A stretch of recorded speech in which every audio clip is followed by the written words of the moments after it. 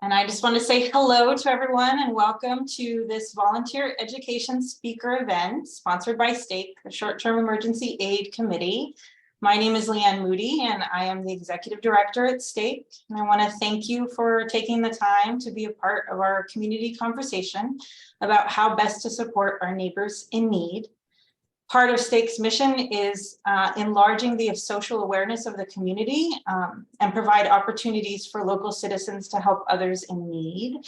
The purpose of these events is to provide a forum to talk about the ways we can support our neighbors and to speak with local experts on fields related to STEAC's mission, including poverty, homelessness, and food insecurity. Our intention is also to add to the community conversation around poverty and to increase public awareness to inform our actions as individuals and as an organization. We are so excited for our speakers tonight to join us and tell us about their work. I'm going to hand things over to Katie Zane, who will introduce our speakers tonight. Thanks for being here. Thank you. Thanks, Leanne. Can everyone hear me? Yes. Yes, good. Okay. So hello, everyone. I'm Katie Zane. I'm the grants manager at STEAC. For tonight's webinar, we'll begin with speaker introductions, followed by presentations by our guest speakers, which will be about 40 to 50 minutes long, and then we'll have a short Q&A session. So I'm excited to have Maribel Garcia and Araceli Del Toro here from RISE. RISE stands for Rural Innovations in Social Economics, which is a name I've always wondered about, so I hope to learn more about it tonight. I'm not sure that's what the founders came up with. Okay. Yeah, so yeah. So let me tell you a few things about our speakers. Maribel Garcia has been with RISE Incorporated since 2009. She started with RISE as an after-school program leader. For the last 9 years, she's been the resource and referral specialist working out of the Esparto RISE office. Maribel has a strong passion to help clients with any needs they might have and in being able to have the resources available to assist them. She grew up in a small rural town just outside of Yolo County and is now the mother of 3 boys and enjoys spending time together with her family. Araceli Del Toro is a resource and referral specialist with RISE. She's been with RISE since 2019 and has worked a variety of positions, including after-school programs, food distribution programs, and was able to work with students through the pandemic in their office. She currently works at the Winner's office part-time and is attending school full-time. A hard feat, I'm sure, which I'm always impressed by people that can do that. RISE has given her many opportunities that have allowed her to grow and branch out into a different career path in her education. All right, so with that, I'll turn it over to Maribel and Araceli and take it away, ladies. All righty. Well, hopefully I could last 40 to 50 minutes. I am not a talker, but where to start? Here, let me see. Let me just share something, then we'll go off of that. I have, oh, come on. Here we go.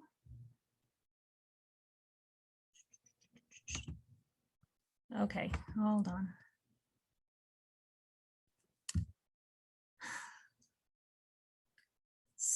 Go ahead and just click on the tab on your screen that you want to come up. It's just showing. But I have like the mute and the stop video, so I'm trying to get that out of the way. Oh, I think you can just drag it somewhere. Just grab it and drag it. There we go. There we go. Yeah. Okay, so let's start with, oh, great.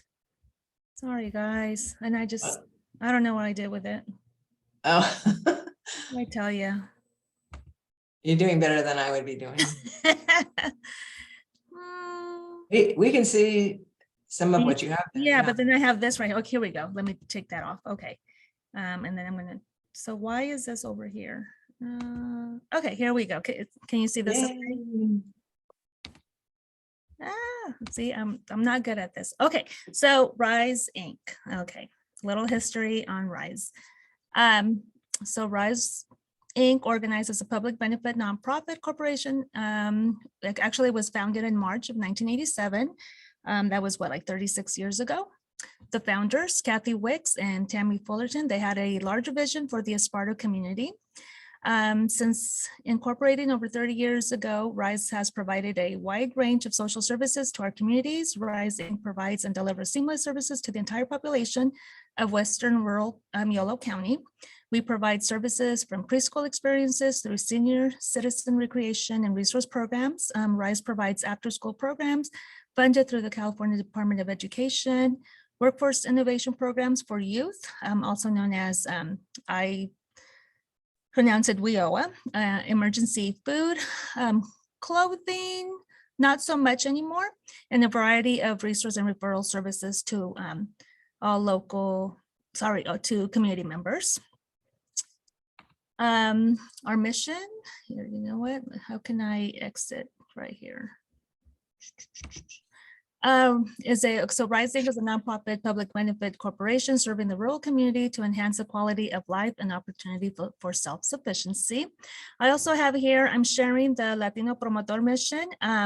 So we have an employee that really reaches out to the farm community. He's been doing an awesome job. He's had, I want to say, 2 events for sure here at RISE, and one in partnership with Catholic Charities. I think he's doing a great job. He goes out to farms up the valley, winters. He's trying to get, most of them out here west of 505. And it's been great, just seeing that connection and farm workers learning of our services and stuff. So we're getting calls from them, and I wish he could have joined us, but he's been doing an awesome job. So his mission is, the Latino Promotor mission is to provide exceptional mental health services to all community members with a focus on the Latino AX individuals who identify as farm workers. Let's see, what else do we have? RISE in goals. Our vision is to build healthy, strength-based communities where everyone's talents and gifts are shared. RISE's vision is to foster communities where all individuals feel connected and valued. The Latino Promotor vision, to develop a sense of belonging within all community members, ensuring support and services are provided to care for mental stability. RISE focuses on the importance of making sure farm workers individuals are recognized for all of wonderful contributions they provide for our community. And where was I? Some of our services. So we offer a variety of support services to the community in the areas of Esparto, Cape Valley, and Winters, California. Some examples of those services include food distributions, WIOA, which is the Youth Employment Services, VITA Tax Preparation Service, filing unemployment claims, youth engagement program, after school program, Sunrise Early Child Development Center, senior recreation program, referrals to county agencies, translating services, et cetera, et cetera. And these are some of, a flyer that we have. And right here is just one of the many services that we provide. Anything from a copy to a fax. That's what we do. And how do I get back to you guys? Yeah. Okay, so that's one. I mean, I have another one. Oh, great. No, not that one. Right here. Okay. So a little bit of pictures, elementary after school programs during the summer, field trips to the Jelly Belly. I believe this is a Halloween party. They also have the Kids Farmers Market. We partner with Yolo Food Bank as well. We have a middle school after school program. Before COVID, it would happen here at RISE. Once COVID hit, everything changed. And so then they were having youth programs out of the middle school here in Esparto. These are one of the field trips. Let's see. We have a girls group in Winters. Here's the Sunrise Child Development Center. That has changed. I think it's a little bit more, but I believe they have a license for 30 students. This is a WIOA program, just some pictures. Oh, you know what? So this is at a coffee shop at what do you call it? Yolo Food Bank. This is at sunrise, and then I don't think we're seeing your pictures because you're not sharing anymore. So oh, senior. I don't think we can't see any of the pictures. Oh, you can't. Oh, No. oh, what We're- can you see? You. So I think you need to share again. Bummer. Okay, hold on a sec. All righty, so share screen. Great.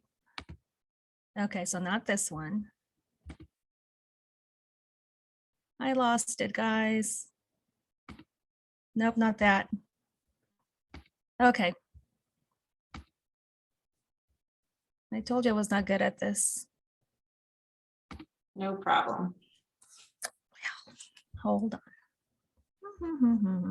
Araceli, why don't you go ahead and share a little bit while I get back? I'm to here. trying to pull it up.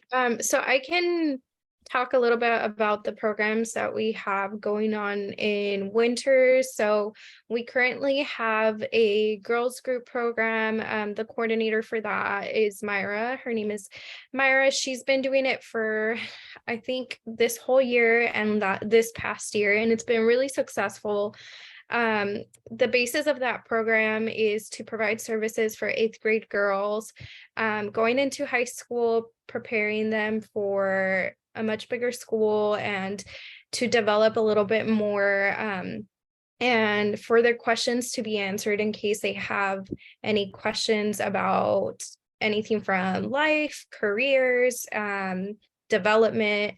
So basically what she does is she provides information booklets, she provides worksheets for them to work on, and it's more so to develop their communication, their friendships within each other, and it's been really successful. The first year, I think we started it, it was sort of towards the end of the summer, so it wasn't for too long, and we had about 4 girls show up, and they were a group of friends, and the word got out. And so the following year we had more girls. I think it was about 7 or 8, and we started to do field trips. And it was really cool because you were able to see how their minds work, and you're able to see how they build friendships in that program. And then this year she has about 10 to 12 girls, so it keeps growing.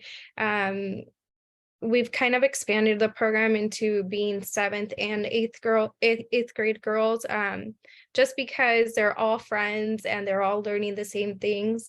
We do have another youth program. All the other youth programs are ran by Brandon Villegas.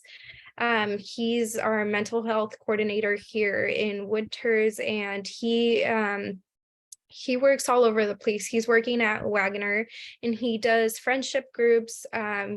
He basically takes kids who are struggling in school to make friends, or are struggling socially, and he tries to do activities with them and unites a group of kids and kind of builds on their friendship and their social skills.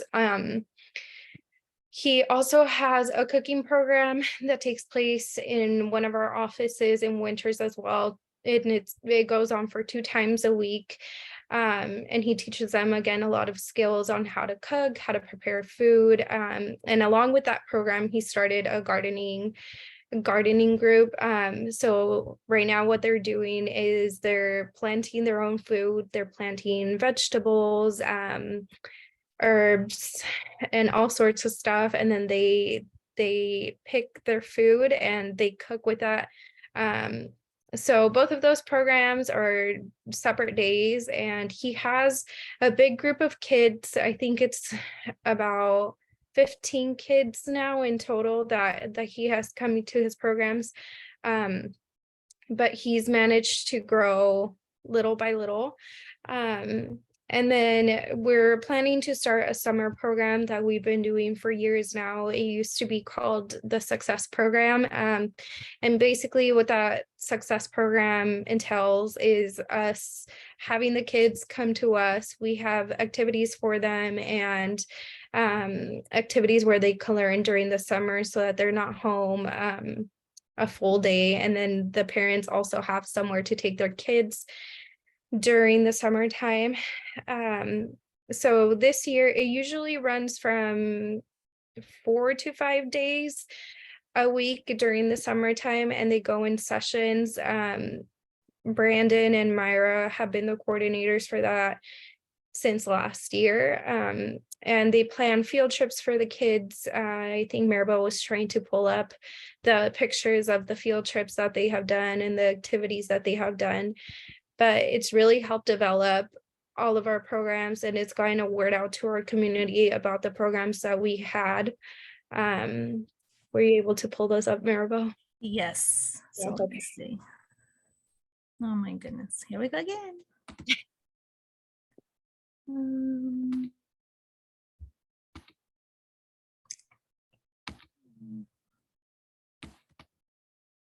Okay, I believe it's this one right here. Okay.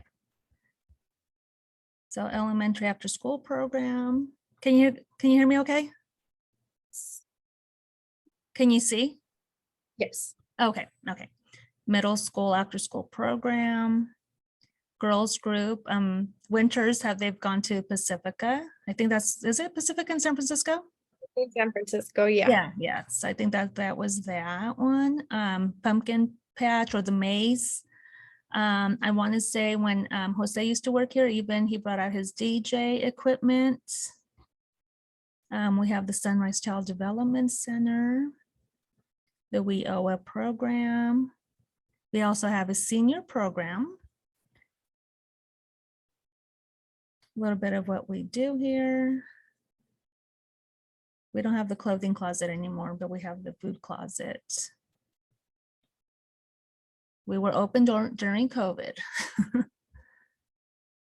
and then we could share this too.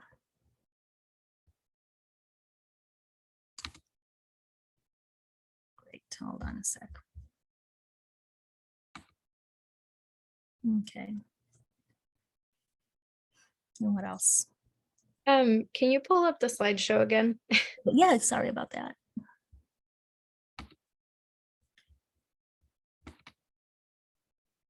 Where to? Just that last picture of the kids in the masks.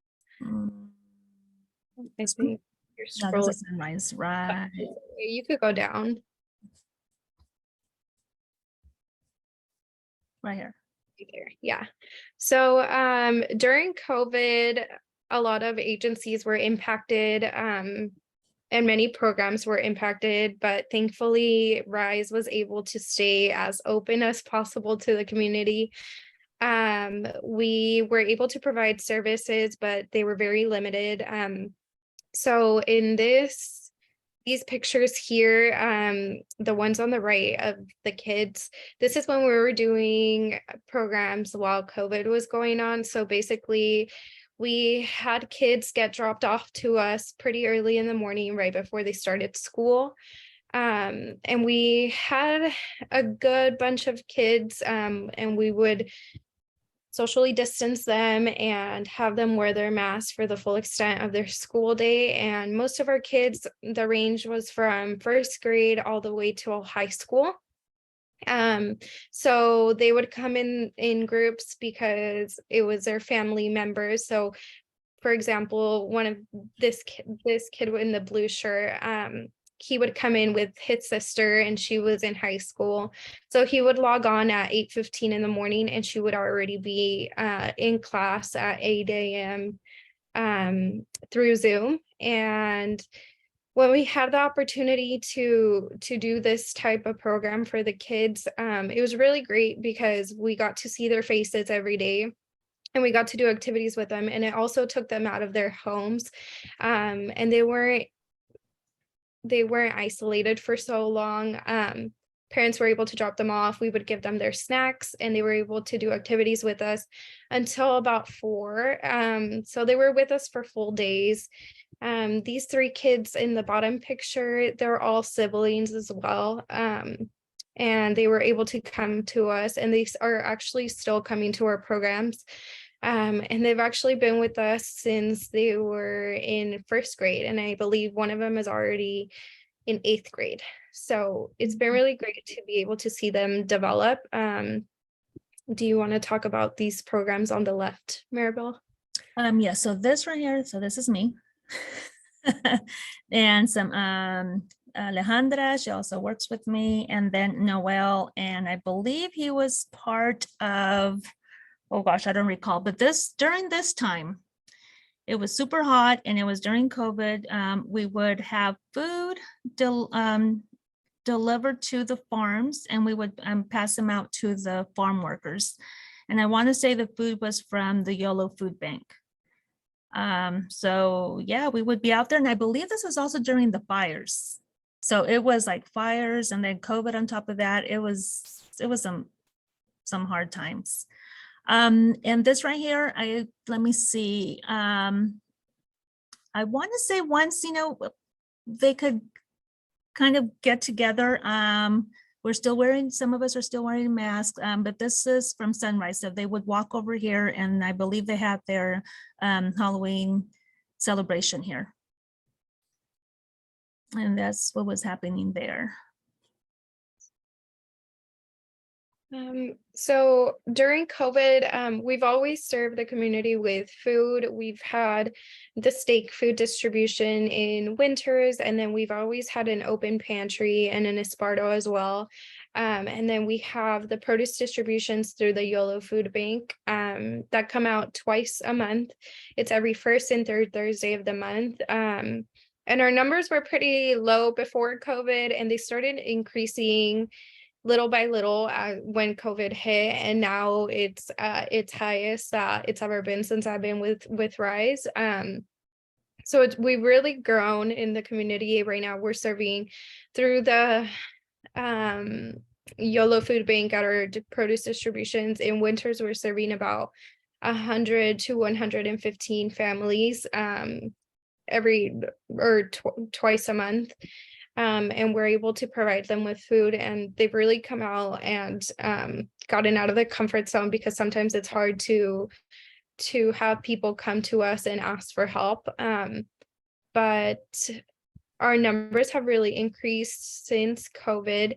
And yeah, so we also have a food distribution that's income-based with STEAC.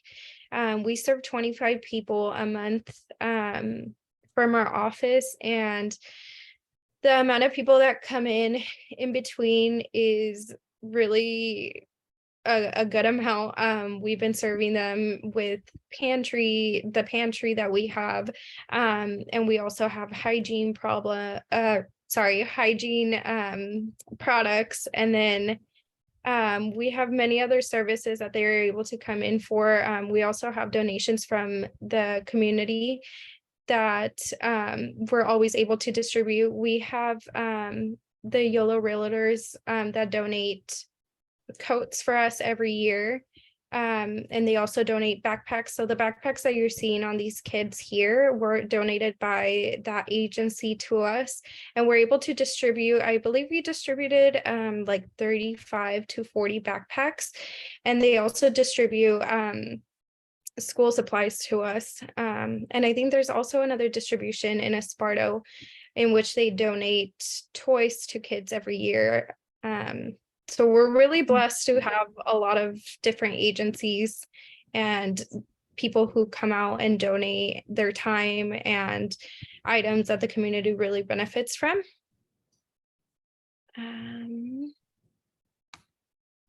Let me see.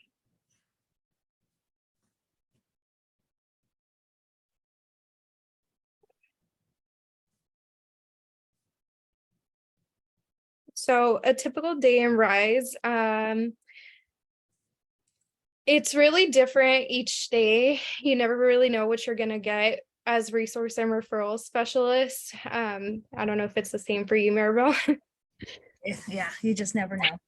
Right now it's kind of quiet. Yeah, At least for Sparta, it's very quiet right now. Yeah, that's good.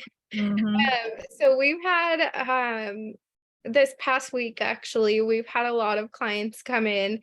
We really try to keep it to appointments only, but of course we always have clients come in and ask for requests for services, and if we're free, we'll help them out.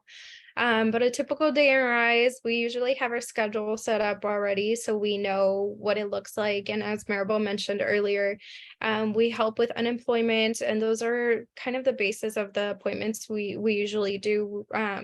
We do unemployment, disability, paid family leave paperwork, and that on its own takes a big chunk.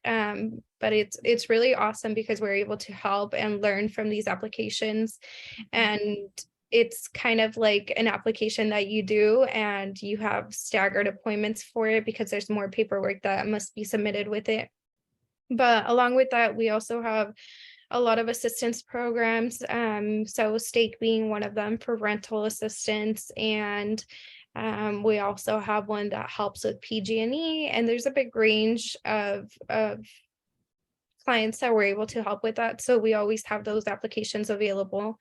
So usually we'll help clients that are coming in for the pantry, send some faxes, make copies, and along with those, we also do those other applications. We've also done like retirement applications, any sort of paperwork that isn't legal. That's kind of what our day looks like. And yeah. Social Security, yes. I know during COVID in 2020, unemployment, it was crazy. I would go home with tears in my eyes because we were scared ourselves, right? Like, are we gonna get it? We're not gonna get it. But it was some scary times. But anyways, and then things changed, right? One day you're logging in, you know the application, and then boom, ID dummy. So we had a lot of people coming in for that help. And then again, you know, we even though we were open, we would close our doors. So they would have to call, make appointments. But that was a big help for them. Right now, what I see a lot is, I think it's just by word of mouth. I help to renew their resident card. That's about as much as I'll go with that because I'm not very familiar, but the application is very user friendly. So that's what I've been helping with. But yeah, like Araceli was saying, I think the appointments have helped a lot. Where before it was more like a walk-in, we would have lines, you know, well, not lines, but at least 5 people waiting. Now, you know, we're just trying to it's easier. You have a time just reserved for yourself, and then, you know, we could take our times with them. So that's really good. And along with that, on a daily basis, we're always calling many other agencies. So I'm sure Mary and Janelle know because we're always calling them from our office. And we don't just bug you guys, we call a lot more agencies. So we're always on the phone with somebody trying to connect a client with the services that they need. Sometimes we can't fully help them, but if we can, we'll try to find a resource that works for them.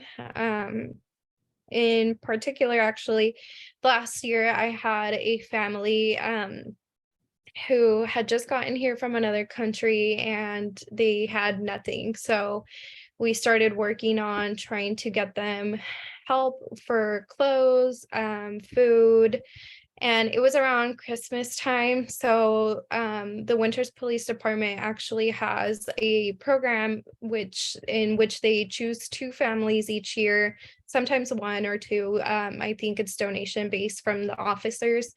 And they'll basically take that family and their kids Christmas shopping, and they call it Shop with a Cop. And so we were able to connect that family with the police department, and they're doing really great. The mom of that family has been in many other times since then, and she's came in to pick up food, and she got her kids enrolled in school. We were able to help with those applications. She had a bunch of paperwork that she needed to fill out. So it was really great. We were able to share her story with the police department, and they helped her off more than we thought they would, more than what they were offering during the Shop with a Cop event. So it was really great, and we've been able to connect with law enforcement agencies like that as well. Yolo County also has really great programs in which they provide car seat vouchers, which we've been able to give to families who aren't able to afford them, or families who just have not appropriate car seats for their kids, and they're able to get brand new ones for the kids to be safe. So it's been really great. That was one of the examples of a client that I've had that we started off helping, and she's been back for more services, and she's gotten really comfortable with us, and we've been able to see her kids grow along the process. So it's been awesome. Can you talk a little bit about how you use volunteers, or if you do? Yeah. So in winters, as I mentioned, we have youth programs. Some of our volunteers are high school seniors that are getting ready to graduate. So we usually recruit them, and we'll go set up a booth at the high school.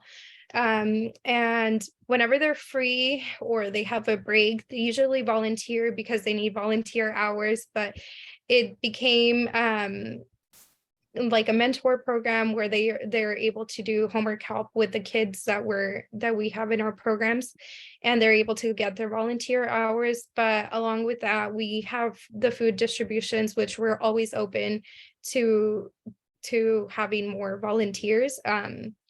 So whenever anybody reaches out for volunteer work, we'll let them know what we have and where we need help. And we always have them come out whenever possible. Do you guys have many volunteers in Esparto, Maribel? For the food distribution, especially on the Eat Well YOLO distribution, which in Esparto happens on the first and third Thursday. We'll have clients that want to help, and either if I don't have enough, I'll call them, or sometimes they're out there and they see us that we need help, so they will volunteer. But that's where I see the volunteers. Do you have volunteers that help, like, get people jobs or resume writing, that sort of thing? No. Okay. No, I help with resumes. Those, I have to be honest, my least favorite.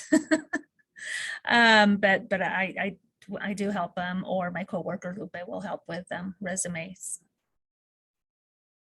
This is Deborah. Yeah, I think one of the strengths of STEAC, of our organization, is our volunteer base. I wonder, I'm really impressed with what you guys do, and your presentation's been very informative, but all the work that you do with helping your clients with the paperwork, I wonder if that's something where, some of our volunteers could maybe assist, with paperwork, or, that sort of thing. I'm just, thinking out loud, because it sounds like that's a lot of work that you're putting in from what I hear from you. No, it is, especially when it's that season. For example, unemployment. Right now, I feel like people are back to work, so we don't see them. But as soon as farm workers stop and they have to reopen, it's just back to back. What time period is that? What time of the year is that? Yeah. It depends. So if they work for the cannery, they usually start in July and end like in September, October. So that's when we see the cannery crew come in. Farm workers, it could be like in October. But I want to say from September on. November, December, it's when it's where the busiest. It starts slowing down like in February.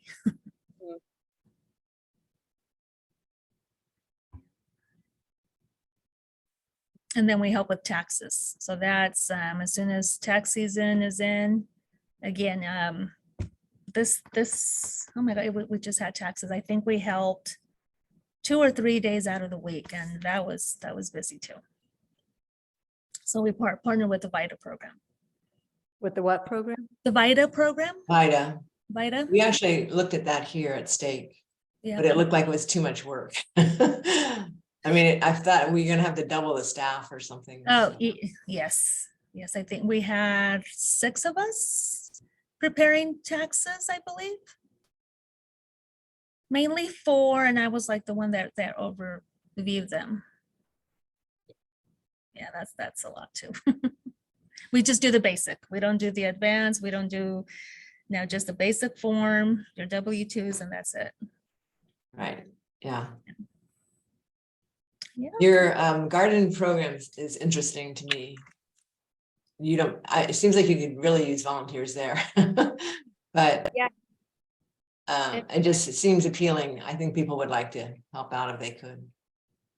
Yeah, it's pretty cool. Is that year round? You know what?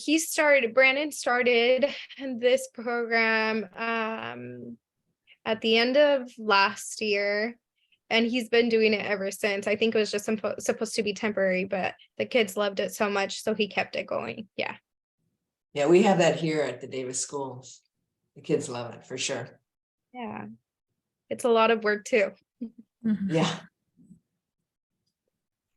So I didn't mean to interrupt with questions, but if you want to continue, that's great. Or maybe other people have questions. Well, I just wanted to share the biggest news. We'll be moving into a new building. So that's getting built.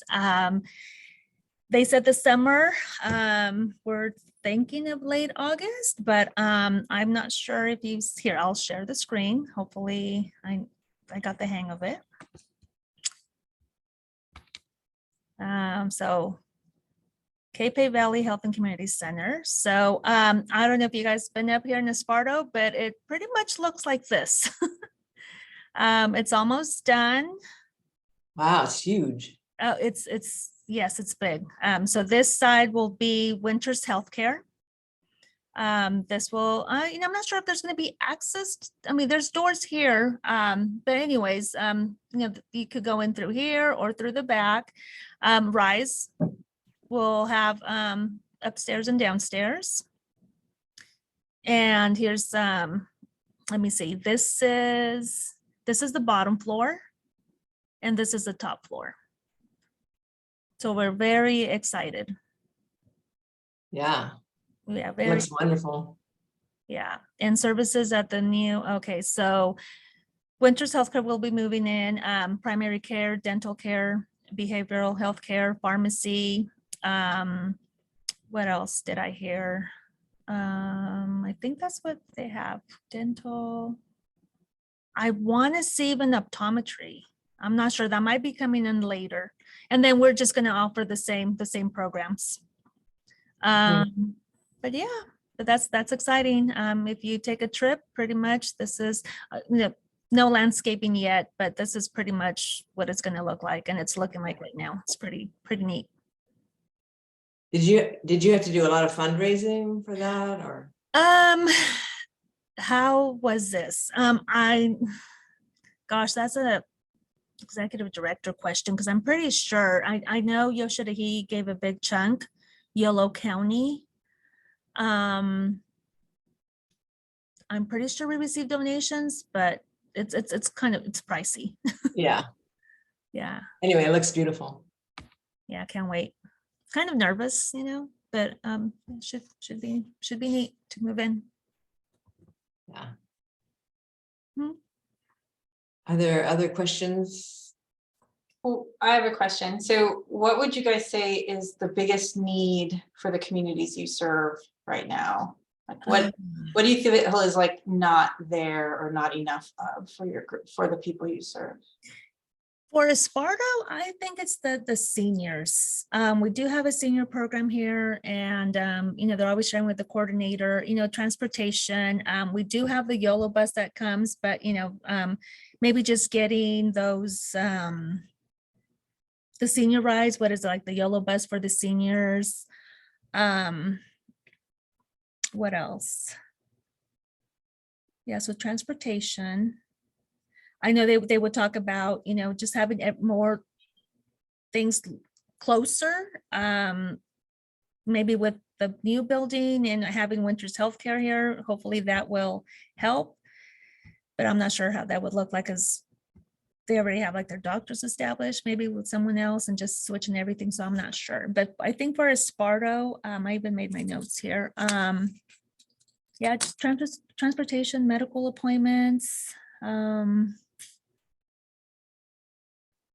What else? We have a program where we deliver to food to senior communities. Mhm. I don't know if you do something like that, but it's definitely of value to the seniors. Yeah, so we have a new, well, she's been here for a year, our senior coordinator, Tina Minges. She's been awesome. She has, let me see, been in contact with, is it Agency in Aging, Agency 4? So I know that they come out once a month to the senior program to deliver a hot meal and a cold meal. And it's not from, I don't think it's from Meals on Wheels. So there's like another agency. So that's been great. What else? I have another question. Did you see, seems like you deal a lot with mental health. Did you see a need for that increase a lot with COVID? Oh, yeah. So that was not in my slide. I had one, but it was with our old clinicians. So we do have mental health. We have a mental health director, and we actually have clinicians at each schools. So in Winters, they have one, and Araceli, you're more familiar with Winters, but there's a clinician in every school, right? Elementary, middle school, and high school. Yeah. Yeah. They I know in the Wagner, it's Lucinda. So she sees a lot of students a day. Mariana is also one of our clinicians, and she serves the high school kids. So she uses one of our offices, but there was definitely an increase. I know there was a delay in how many they could see because there wasn't enough clinicians for the amount of referrals we were getting. But slowly but surely we're catching up, and there's more clinicians, and now we're able to have one clinician at each school. So that's been really great for the students. We even have Nicole at the middle school. So yeah, it's really good. They're there all day. And almost every day we receive a phone call for mental health services and for new referrals. Okay, great. Yeah, same here in Esparta. We have a clinician at each school, and then we also have, I believe she's like a mentor. So she works out of the, well, from here, but she will go to the elementary, and yeah, she'll get those calls. So it's, it's good that the school has that, if there's a child in need or in crisis, instead of, I don't know, the teacher dealing with the child, then, here comes Daniela that does one-on-one and in groups. Yeah, great service. Yeah. Yeah, that's another big one of RISE. Yeah. I have a quick question. Oh, sorry, Katie. No, go ahead. Yeah. I just wanted to know, so it looks like you have a wide variety of programs that range from also assisting, people of all ages and backgrounds. So my question is, do you as a site come up with the programs and then reach out to other sites and locations and schools, or do other sites usually kind of have a program in mind and then come to you to kind of put that in motion? I think it's connecting with those agencies. So I know we also work with Help Me Grow, Yolo County Office of Education. I just think our executive director probably makes those connections. Some have been in place, and if there's funding for it, he makes it work. Does that answer your question? Okay.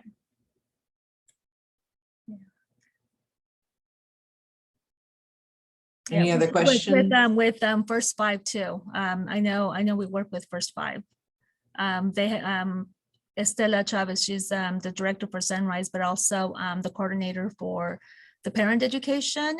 So she meets with families and children here at the office once a week, and as well as in Winters once a week. And it's about 10 participants, and I think it's an awesome program as well.